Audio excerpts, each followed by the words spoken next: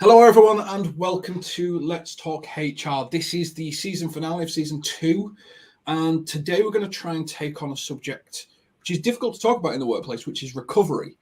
So this can be a whole range of things, whether it comes to taking painkillers, drinking, drug abuse, a whole range of things that you may need to recover from. It may even be stress, pressure. Things may be getting too much and you're just unable to function. And to help me try and navigate through this today, I am joined by Daniel and Lara. Daniel runs Recovolution, so we're Recovolution. I was so clever. Yeah, you're almost there. But yeah, we're in an addiction recovery platform. Lara, you're studying at the moment, but you're also quite a public speaker and advocate, and you do some training as well, don't you, for people with eating disorders and going through that side of recovery?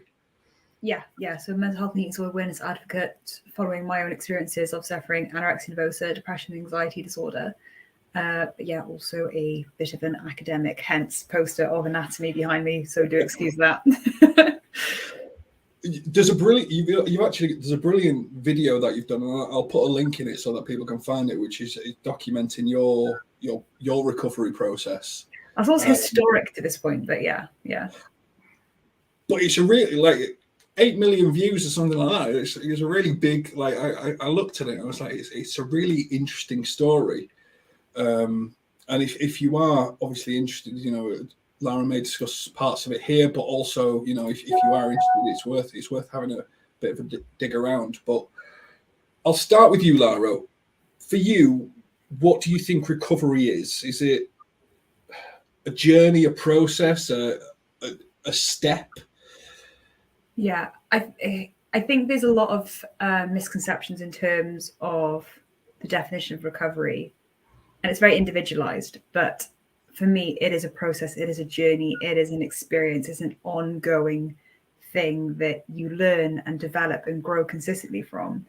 I think some people assume that recovery is an endpoint, and then that's it, and Bob's your uncle, and you get on with it. But for me personally, in the context of disordered eating and mental health and anxiety and perfectionism and anxious traits that I always used to have, it's something that I've learned to cope with, to deal with, to build healthy coping mechanisms and strategies. But for me, the term recovered isn't stationary. It will always be something that will adapt and mold and grow, because I grow, I adapt. The world is developing. We have challenges and hindrances and global pandemics. So it's always an elongating process for me. And it's just the process of rebuilding and rediscovering and redefining, and something that you've got to be open to as well, specifically. Yeah. Well, what about you, Daniel? What do you think? What's recovery for you? Yeah, I think it's what's just been said, really. Recovery is a journey. It's a process. It's a reset. It's a beginning. It's a path to living as you are. Essentially, you have to accept a lot of things. You have to. Yeah, I think you could argue that when you get to recovery, it's a place of acceptance. It's a moment of time when you accept that you have to change, and then from that moment, if you accept that and you accept that you need help or you need to change or you're not right, then it's a beginning. It's the beginning of something quite special, and it is very unique to the individual. There is no magic wand, when you find that time is again a very personal thing. Sometimes it's when you've had enough pain. Sometimes when it's when you've been forced to. But it's very unique to you. But it's the most transformational and powerful experience that of your life. It's a life-changing journey. And it is. We are human beings. It's a path to being a human being, to being who you've always been. And sticking with you, Daniel, we've talked previously, and you've given me some great example about alcoholism, drug addiction, gambling addiction. Obviously, I've talked about I've been coming off painkillers because I was in pain for about a year, and I needed to. Why is that? There's so many different versions of recovery. My wife was needed to take beta blockers because she got too much anxiety when she was speaking to people, and she needed to sort of take them. And now there was a process of phasing that out so that she would eventually feel comfortable. But that's just a very small version of it. What some of the, I guess, main things that you're involved with in terms of helping people recover at the moment? So in terms of helping people to recover, the first place to start is talking, finding people that have been there. I found personally that I lived most of my life as an alcoholic, thinking I was unique, I was the only one, nobody would understand. And it was only when I got around people that were just like me that I thought, bloody hell, it gave me a lot of hope. And trust me, I lived in fear of what would happen if I admitted that I was an alcoholic, and it was nowhere near as bad as it got. So the sooner that you can admit that and for me, when you're doing something that you don't know why you're doing it or you don't want to be doing it, that's a problem, and it's okay to admit that. And addiction isn't black and white. It's you're on the spectrum somewhere. Some of us take it to the depths of despair, but the sooner you can recognize that. Like somebody said to me, it's like going through glass bottoms, and you can keep going through these bottoms. They'll get thicker and thicker until you get to one that you can't get to the bottom of. You don't have to get to that bottom because that could be death. You can recognize that, because your life doesn't end when you get to recovery. I'd say it starts. I think that's a really interesting view, and I'll come to you on that, Lara. Just, it's not. Everyone says you've got to hit rock bottom, but as Dan just alluded to, rock bottom can be death. Whereas if it's just little glass floors that you're smashing through until there's one where you go, do you know what? This is my line. I need to say something to someone, or you get the courage to say something to someone and start the process. How do you, is that a better description for it than just saying you need to hit rock bottom? Or Lara, sorry. Well, one thing that I wanted to touch on, I don't know whether this relates, but you said something, the constant transformation and things as well. But one thing that, despite the numerous examples of addiction and recovery that you discussed, you've got the alcoholism, you've got, the gambling, you've got the disordered eating. They very much come with restrictive labels. Anorexic, alcoholic, you are that thing. You aren't Lara. You aren't, a human being with something. I was anorexic. That's how I labeled myself. An alcoholic would be an alcoholic, not somebody with an alcohol disorder or an alcohol addiction. So I think recovery is also, yes, that process of transformation, but yes, that process of also re-identifying and learning to be your authentic self, and learning to strip yourself back away from that label and that identity.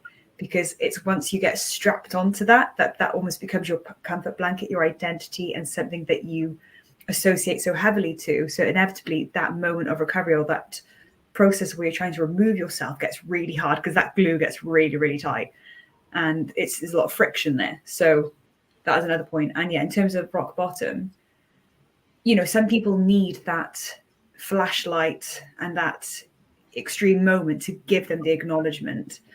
But sometimes, for me, example, there was a lot of external support which assisted me in that process of getting to a healthier place. Initially, I definitely didn't want it because I was nearing to my rock bottom, but they kind of gave me the reassurance and the guidance initially that I needed. And then I found intrinsic motivation later on.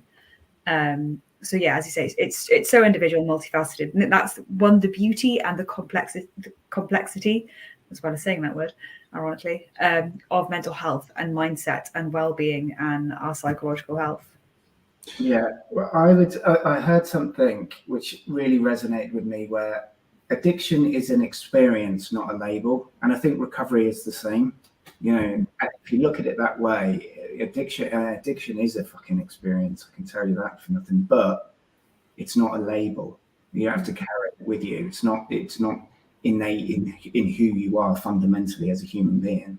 It's very easy though, because that becomes your comfort blanket, and it becomes, if it's so intrinsically ingrained in your life and your lifestyle and the way that you conduct your day-to-day habits, it's easy to put that plaster on. It's easy to put that label on yourself. You know, you're not putting on Facebook statuses, but that's when you wake up, you are that thing, you are that person.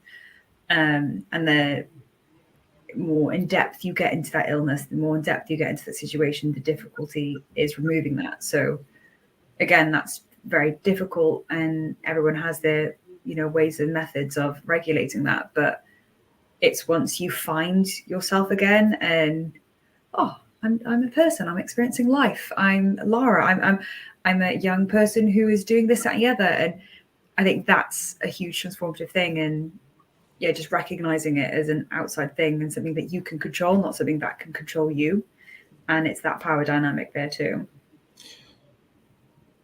It's really, you both make really interesting points, and I start to think about it from a work perspective. You know, if you're the HR person and you know, you're looking at Lara the anorexic or Daniel the alcoholic, or you know, and it's the passive aggressive comments that people make that almost put the delay in, you know, like, oh, eat a pie, or God, you know, you smell like you've been out, and it's these sort of barriers that just sort of make you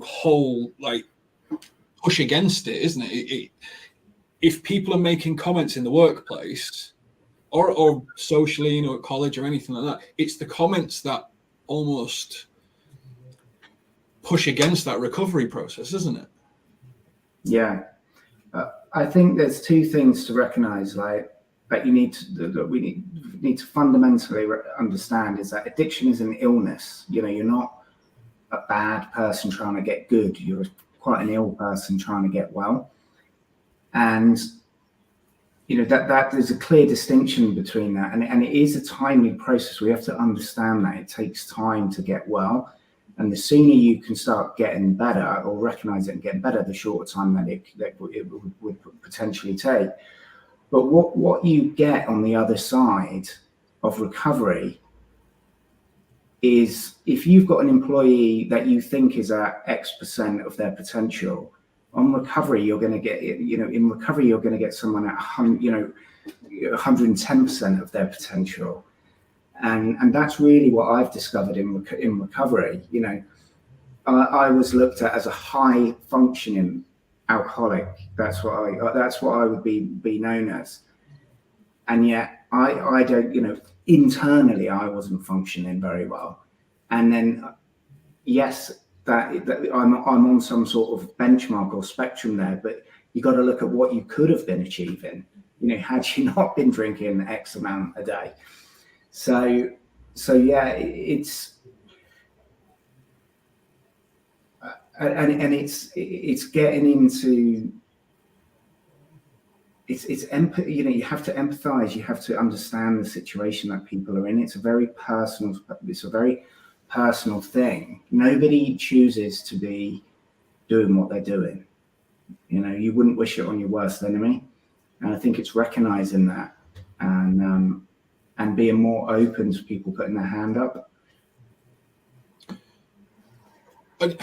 Yeah, I completely agree. And I think it's that, you know, let's talk about first steps. Let's talk about, you know, because I knew before I was going to start taking painkillers, I was going to get addicted to painkillers because we were trying to work out what's wrong with me. We were hoping I could get off them one day and that it wasn't some sort of degenerative disease such as MS. I was going to be stuck on them for life.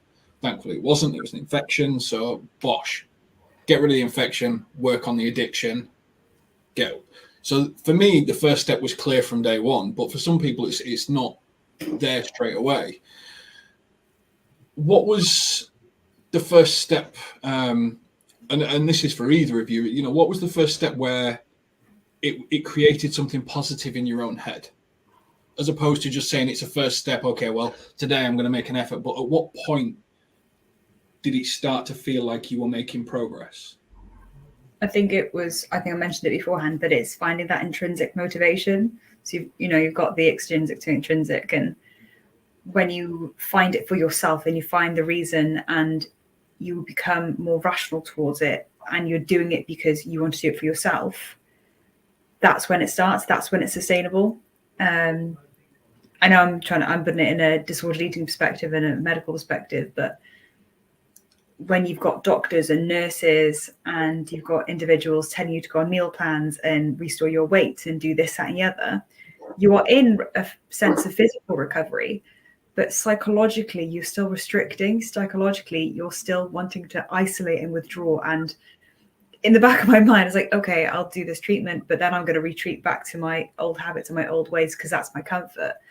But it was when I found that internal drive, and people can find it wherever they want to find, but mine just collected over a couple of years and a couple of months, and with the right support and with the right lifestyle changes.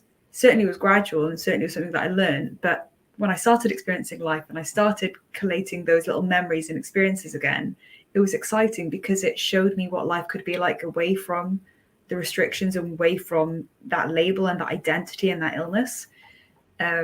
So the first step for me, although yes, it was hospitalization and getting myself into the physical place where I am better, I think the first steps were genuinely where I found it for myself, which was, quite a while after that process.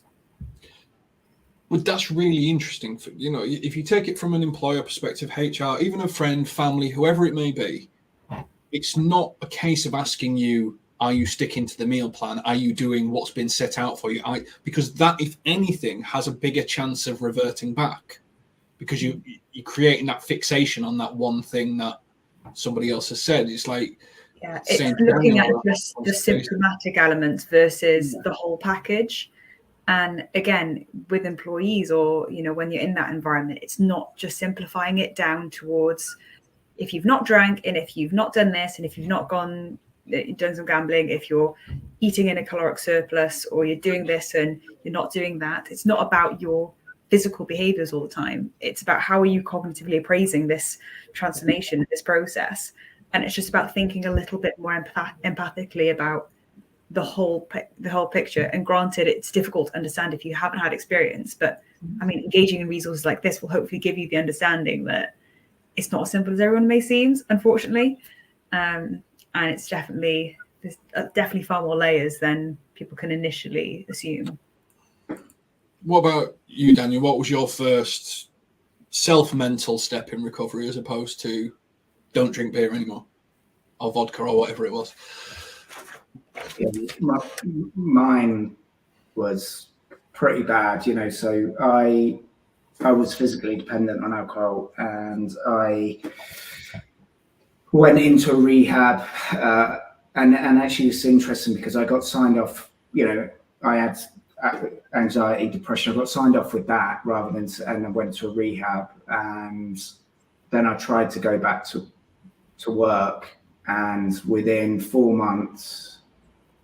months, I'd had to leave work.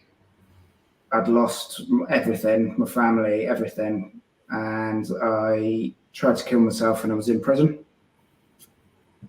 And it was only when I was in prison that everything had been exposed and I had nothing left to lose. I had nothing left to fear. When I came out the second time, I had a choice whether I wanted to live or die. And the one thing that I noticed in that acceptance of everything, it brought me into the present moment. It literally, and in that, it's not like this profound moment of like where I just recognize it, but I could see my thoughts. Like I could see my thoughts, and I realized that I wasn't my thought processes. And that gave me a chance then, because I've been detoxed in prison, and I could see my thoughts. So I had to, you know, like I had the, it was almost like I could laugh at some of the thoughts that were coming into my head, because I'd been like my brain was conditioned to certain behaviors and certain ways of being, and everything that I did was centered around drink. You know, if I wasn't drinking, I was thinking about drinking, and that, the less power I gave those thoughts, the more they went away. And so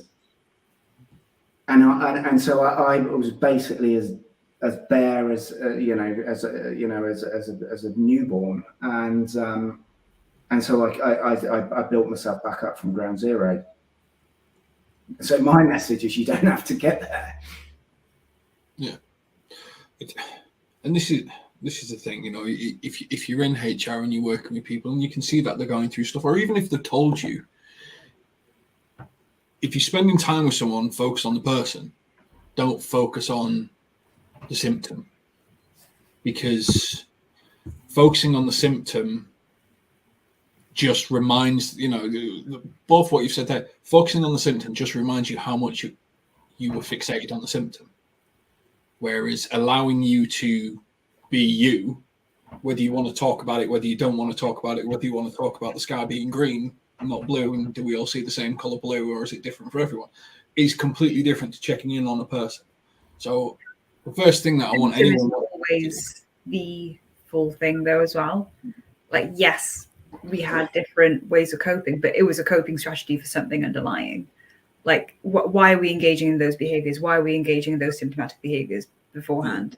And that's just, again, an oversimplification. If you remove that, okay, there's still some psychological imbalances. There's still something that's going on in your mind that's really not great right now. So again, it's just about seeing a bit more of the holistic image rather than just simplifying it down to that person drinks, that person gambles, that person restricts. Like, it's a lot more. There's a lot more to it. Yeah, the problem is seldom the behavior. The problem is the individual, and that's like, so that's exactly it. That's just what you find to cope, and you'll find a lot of people that do, particularly, like, you know, if I use my example with drinking, most people are going out on a Friday night to escape, or to check, you know, to do, you know, to change the way that they think or the way that they feel, and you know, that's just sort of like how we're societally driven. And so the scarier thing is to take that away, because then you've got the problem without the solution. Yeah, and so you know, it's fun. The problem is always inside. It's always like, what is that soothing for you internally? And it's not the behavior; it's the person that's struggling. No, one of the things that normally happens, you know, when you see it, when, let's say, an entire workplace knows about something, you know, whether it be drink, gambling, drugs, whatever it may be, people then get stigmatized. Or you're Daniel the drunk, or Lara, you know, the anorexic, or this, and it almost feels like you need to change everything and move away from everything and start again, and that's really scary. Like you said, Daniel, you had to start pretty much as a baby from the day you were born. How did you feel like you could re-engage with people? How did you feel like you could recover? Because that's part of what HR's job is, to integrate people and them not to be this label, and not to be treated like this label.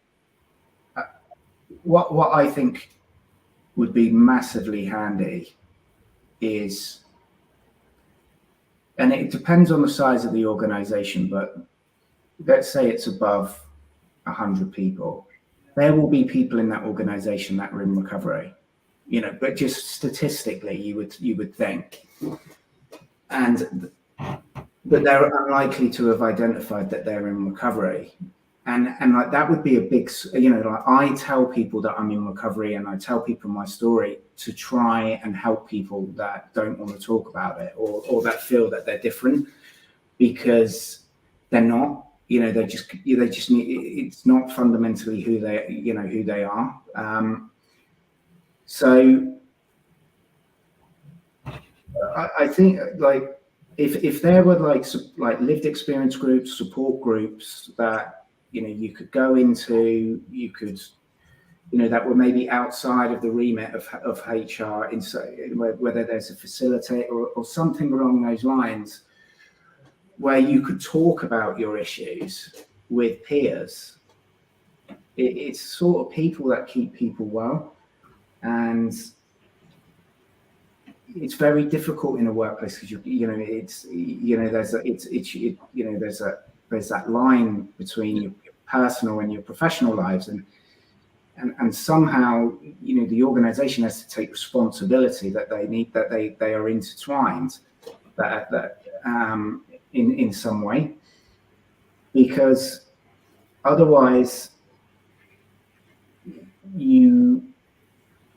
it's going to continue until when a problem is seen, it's not just happened overnight. It's very, very progressive. This has happened over, depending on your addiction, over a long period of time. Or gambling could be very, very short, because you can lose a lot of money in a short amount of time. But it's been very progressive, and so sometimes by the time you identify, it's too late, and this will have a knock-on effect to the organization through absenteeism, through lateness to work, through performance, and there's a high cost to the organization that they can't tie to these types of things exactly, but that is what is happening, right? That is what's happening. Like, I speak to people in all different professions, and they're like, we know there's a problem, but we can't talk about it, because by admitting that people are doing drugs and alcohol on building sites, that is a massive, massive red flag, because, for health and safety gone, isn't it? Legal case. They know it's going on. They know it's going on. So, yeah, it's not something that you can solve overnight. I think it's a societal thing. I think it's a shift in mindset. Now, Lara, one of the things most companies will say that they do is they offer an employee assistance program, and this employee assistance program can help you with anything that you ever want. And what they'll do is they'll put a little card on your desk with a telephone number, and you're meant to ring that telephone number if you ever feel anything from anxious to suicidal, pretty much like employee assistance Samaritans. Doesn't feel like enough, does it, to cover the breadth and range of things if people want to speak to someone that's got a similar experience to them. If they wanted to take that first step, you're just going to get someone that's nosy more than... I think one of the most important parts of recovery for me was that having that perception of social support and also engaging in that social support. And if it's just simplified onto a little, A5 little notepad, it doesn't really feel as empathic or as engaging or as desirable. Granted, situating safe spaces for open communication would be great, but then that's a barrier in itself, because you have to be vulnerable. You're exposing yourself. You are being raw and honest. So although we can say, yeah, set those up and everyone will be fine, there's still a barrier to that as well. So again, it's just, this is why we still have these issues, because it is not simple. And I say it's a whole societal shift. It's a whole mindset shift. It's a whole change in perspectives and challenging predetermined societal stigmas and, the connotation that we have to addiction, to mental health. But it's just assuming that you've ticked the box to well-being because you offer this magic number. I was in a period quite a few years ago where things got kind of dark, and I called those numbers, and you're just shuffled into this system, and you don't feel like a person. You just feel like caller number 0025, like you are this number in the queue, and you immediately feel not so great, and then you justify as to why you don't need it because it's effort. Same within educational contexts where you're giving the well-being resources, but you're not prioritized, or there's this person and then you can do this and then you can do that. And it's just not, I'm not saying that you need a teddy bear and shoulder to cry on, but something that's not as black and white.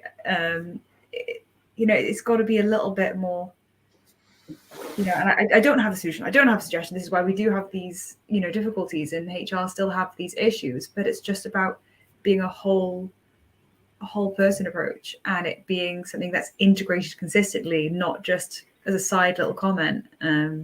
If needs be, here's the advice. It's something that should be supported throughout by everyone, and an open dialogue, and the freedom to speak without judgment should be something that everyone has the right to have.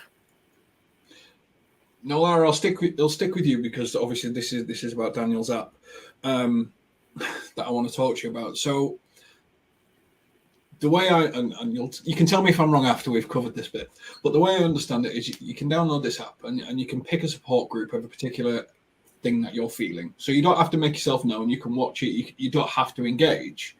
But if you're, let's say, you're a gambling addict and you're struggling with gambling, you can log on this app. You can find some other gambling addicts. You can read it. You can see if it connects to you. You can slowly engage with people that are strangers that are going through this same thing. You can start to then understand the process that you go through. As opposed to ringing a number, you can watch, then you can engage, then you can announce, I guess, or go through whatever process that's right.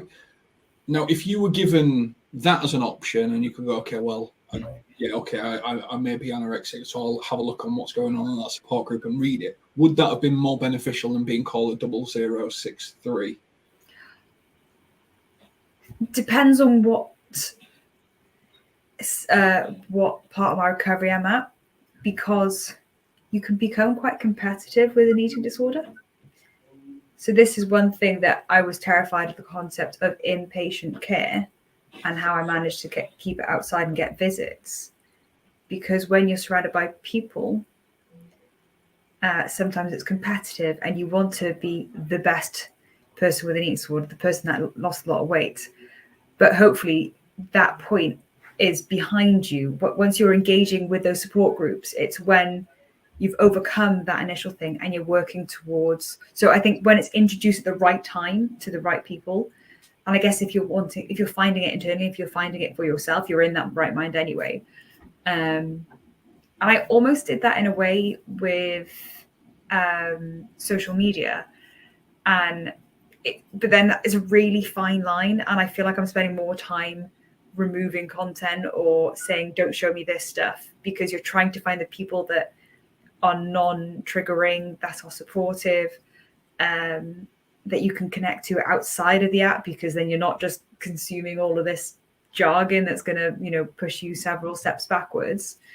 So I think the concept of pushing yourself within a supportive network of like-minded individuals you can relate, who you don't necessarily have to go into too much depth and discussion about the details, because you all just kind of get it, would be really reassuring.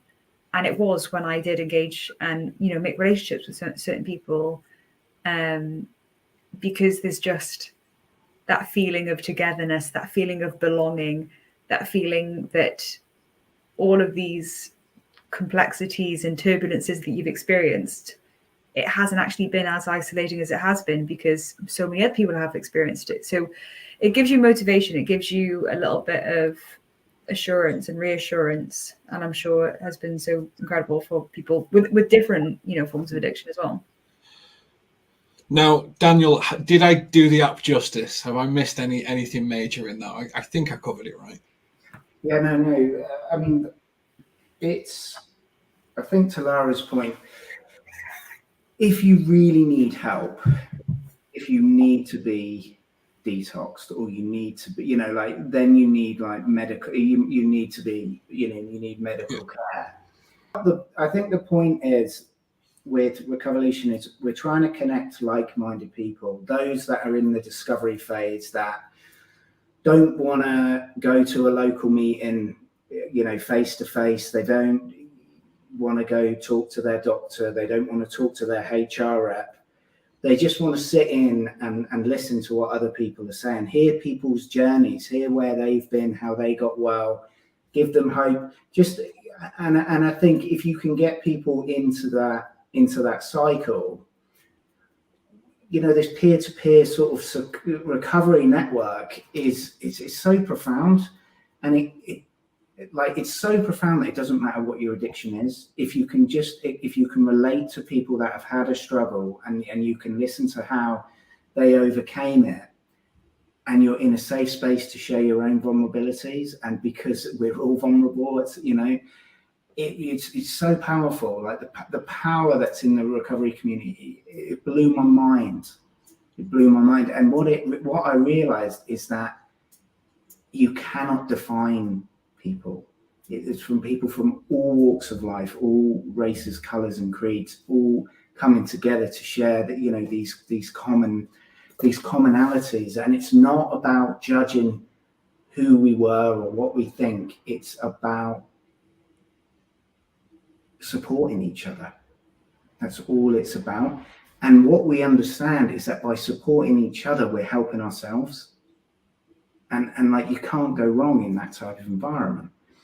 I think as well, if you're engaging that kind of platform, and even if you're taking a bit of a back seat, it shows that you're curious, and the curiosity towards recovery is a really great start, because you're tinkling with the idea of working towards a healthier lifestyle, working towards bettering yourself. So I feel like if you've got that safe environment to start just planting those seeds in a way that's safe, and it's not too much of that big step that can be quite overwhelming, I think that can be really powerful. And just from a HR perspective, I can't tell you how many times I sat at my desk Googling stuff around addiction. Oh gosh, likewise. The forums I'd find and the weird Yahoo things. Yeah, you want something to relate to and connect to. And it would fill me with fear. All I'd find is statistics about addiction and this and that, and I'm going to have these diseases and this and that. I never found anything about recovery. I didn't know what recovery was until somebody told me I was in it. And that was like, I couldn't believe it. Like, we know all about the perils of addiction. Don't know anything about like the positives of recovery. So it's changing that from, rather than zoning in on addiction, it's like recovery can give you this. And it's just finding a place to start. It's finding a home. I think what's really interesting, like, because obviously you'd have been school, college and stuff like that at the time, Lara. Now we've got these systems, and for example, one's called Impero, where if someone types in certain phrases or certain connected words and stuff like that, then it takes a screenshot, sends it to HR or sends it to your director. It's mainly used in colleges and universities to track people that are, shall we say, struggling with stuff and suicidal about things and stuff like that, as a way to engage. And whilst that's really good, sometimes people, as we've already discussed here, sometimes people aren't at the right point. Now, the other point I'd make with regards to when we talk about these support groups and stuff like that, it needs to be, making them available is fine. It needs to be a self-discovery. It cannot be enforced upon people. Otherwise, you devalue everyone that's part of that group, because they're unable to engage in it truly because someone's being forced to be part. So if you are thinking about how do we integrate this within our HR, how do we integrate this and make this available, you can't track it. This isn't one of these things where we're talking about where you can report metrics of, oh, we have 10 alcoholics, we have 6 people. No, you can track the number of people that access your available app. That's it. What they do on there, if you truly want people to get better, is just make it available, make it known, track not who accesses it, how many times it's accessed, not who. And that's it. That's all you can do with stuff like that, as opposed to trying to make it this big connected HR analytical data. Because myself and Daniel explored this as part of our well-being unit. And the truth is, you shouldn't track it, because if you truly care about someone's well-being, you wouldn't be creating data on their weaknesses and using that in a HR context and business performance, which is really interesting. Now, one question me and you have talked about before, Daniel, and I'll ask you both. Are you ever recovered? And Lara, I'll start with you. Are you ever fully recovered? Do you ever see yourself as recovered? or can you be recovered for small periods? Or I think it follows the initial point of defining recovery, because it's not just when you no longer engage in those behaviors. It's not when you decide that it's the next chapter. I think, sorry, I don't know if my fire alarm's going on. Is there a beep, or is that you? No. I'm going to check something for 2 seconds. It's not a carbon monoxide alarm or anything, is it? probably not.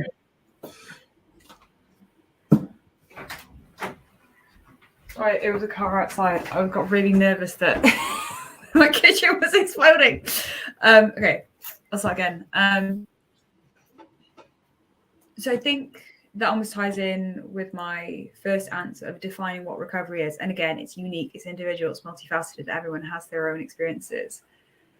But I don't think it's as black as and white as people may assume. You're not in it and out of it. I think it's a process of learning about yourself, learning about your coping strategies, learning about your coping resources, learning how your mindset works, learning how you respond to certain stressful situations.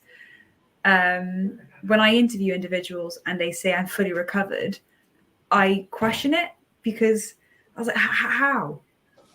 Like, I don't know if I will be fully recovered from anxiety and perfectionism and disordered eating, although I don't have those issues and I'm healthy.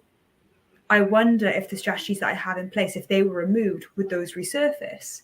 So is it just a plaster, or is it something that's totally transformed? But again, it's just as life grows, as you grow, as you develop, as you change, those resources will change with you. So it's a learning process, and different things will arise, different challenges will arise. You'll have to implement different strategies. So you can never predict these things.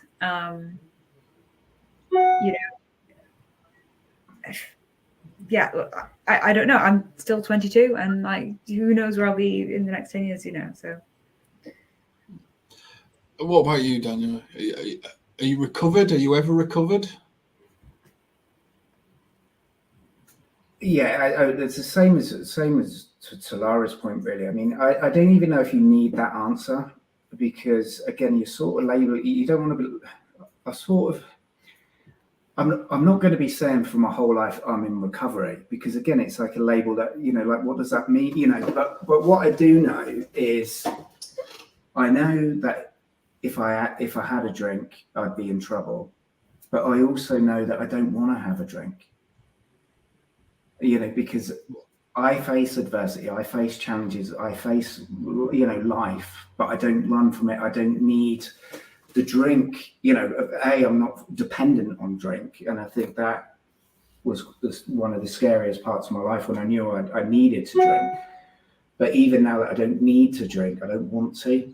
And that shows progress, right? That shows recovery. That shows, but I don't believe that we're ever the finished article.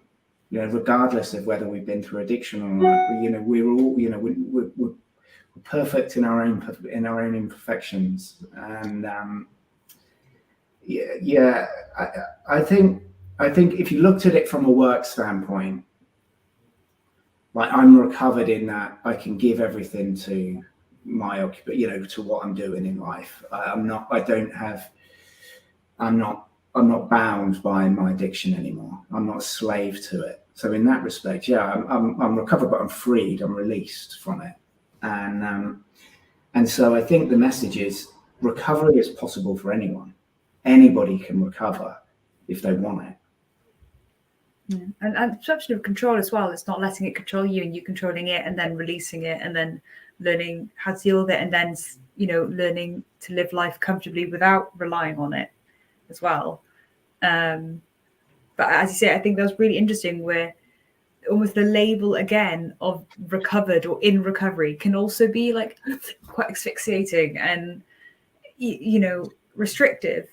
It's more just the concept of recovery is about learning that you are one as a whole, and the label doesn't have to be attached to you, no matter what it is. You can just be Daniel, you could just be Lara, you could just be James. Like, you don't have to be somebody with something, or but some people find that reassuring. So again, it's individual, it's unique. Some people really like that comforting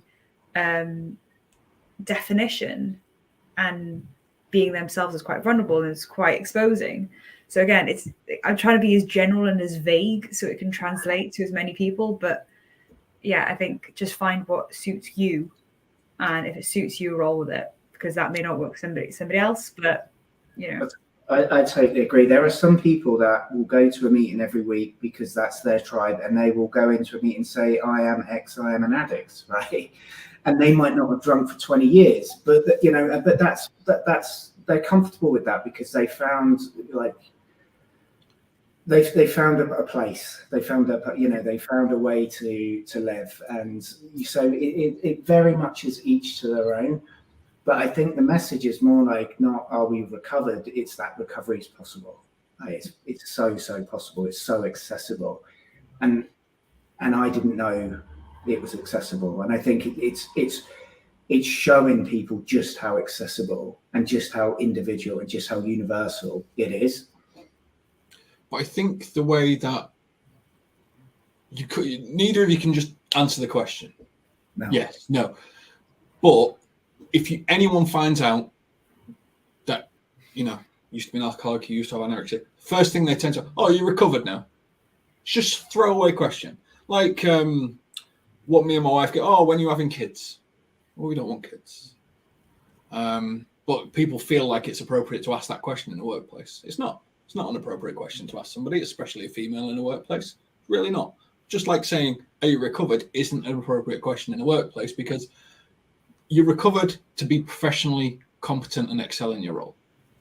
So from a professional context, as you mentioned earlier, Daniel, yes, I've recovered in my professional competence. I'm not dependent on a substance to professionally perform.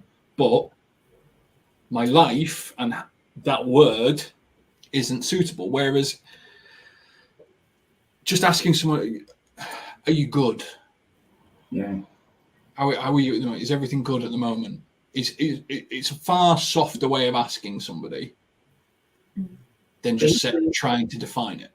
The irony of recovery, I think, is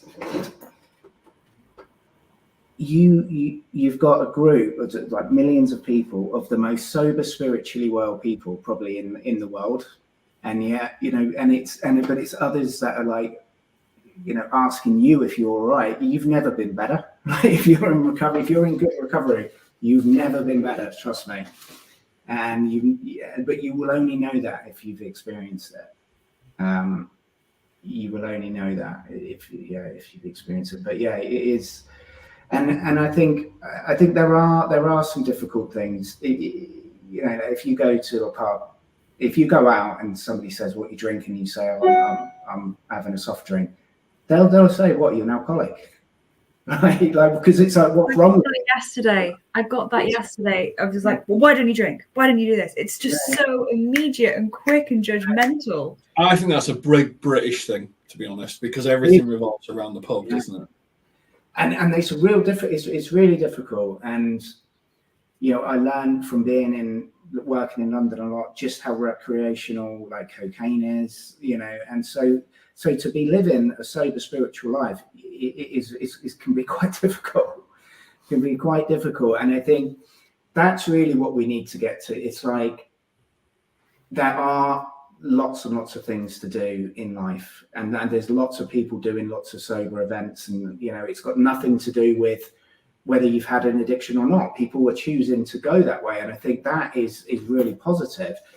And I think it's opening these channels up to going out with a work colleague doesn't just need to be about going for a drink after work, because I used to do that a lot, and there's no reward in it.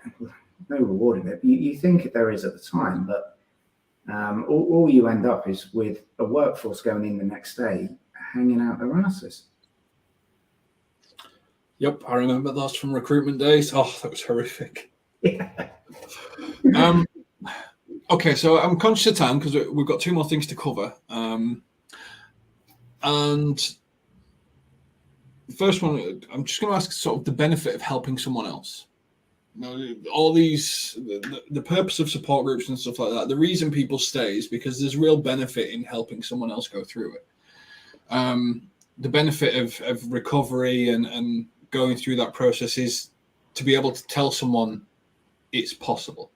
You can do it. What's the benefit to you of helping somebody else? Not that there needs to be a transactional benefit, but for yourself. It heightens your perspectives, and you become so tunnel focused into you and your life and your coping resources and your brain that it just gives you an opportunity to step back a little bit and see from an outside perspective. And it's what, you know, some people say, oh, improve your self-talk, talk to yourself like you talk to a friend. It almost encourages you to think in that way a little bit more, because as soon as somebody says, I've done this, that, and the other, or I binged and purged and then I didn't eat this, you're like, my goodness, don't do that. And it gives you a bit more, oh, maybe I shouldn't do it to myself. But then just in a general context, if it's mental health, if it's anxiety, if it's depressive symptoms, you immediately respond in an empathic way to somebody. And then it kind of gives you the insight, okay, maybe I should talk to myself in that way. And then there's that selfishness of wanting to help somebody because you can see that your support is benefiting. Then it gives you that sense of purpose back, and it gives you that kind of that smile. At least that's what helped me as well, is just connecting with others, showed an example of how I'd progressed, how I'd recovered, and how I'd been able to develop. And then again, it's just that support network, that sense of community, that sense of belonging, that sense of togetherness. We are social beings. We are social individuals. We need that community. We need that integration. And that can always be the most powerful thing, because these conditions can often be extremely withdrawing and isolating, and you know, you're hidden away and you're keeping yourself in this little box, and you can begin ruminating, and it just becomes really catastrophic sometimes. So just dipping your toes into the concept of social integration and talking to somebody, helping somebody and guiding them and doing it as a togetherness can, one, help in terms of accountability, can help in terms of how you appraise the situation, can provide you that wider perspective, but can also just, I don't know, I think it's just so powerful. And it's a back and forth thing. And I'll come to you on it, Daniel, but just a quick example of unhelpful helping of others. You know, my wife will come to me and say, I'm really nervous about a presentation. No, I don't get nervous doing presentations. But I'm really not helpful to her because I'm like, well, I don't understand. You know, have you thought about it? And it's completely unhelpful advice because I don't see what she sees.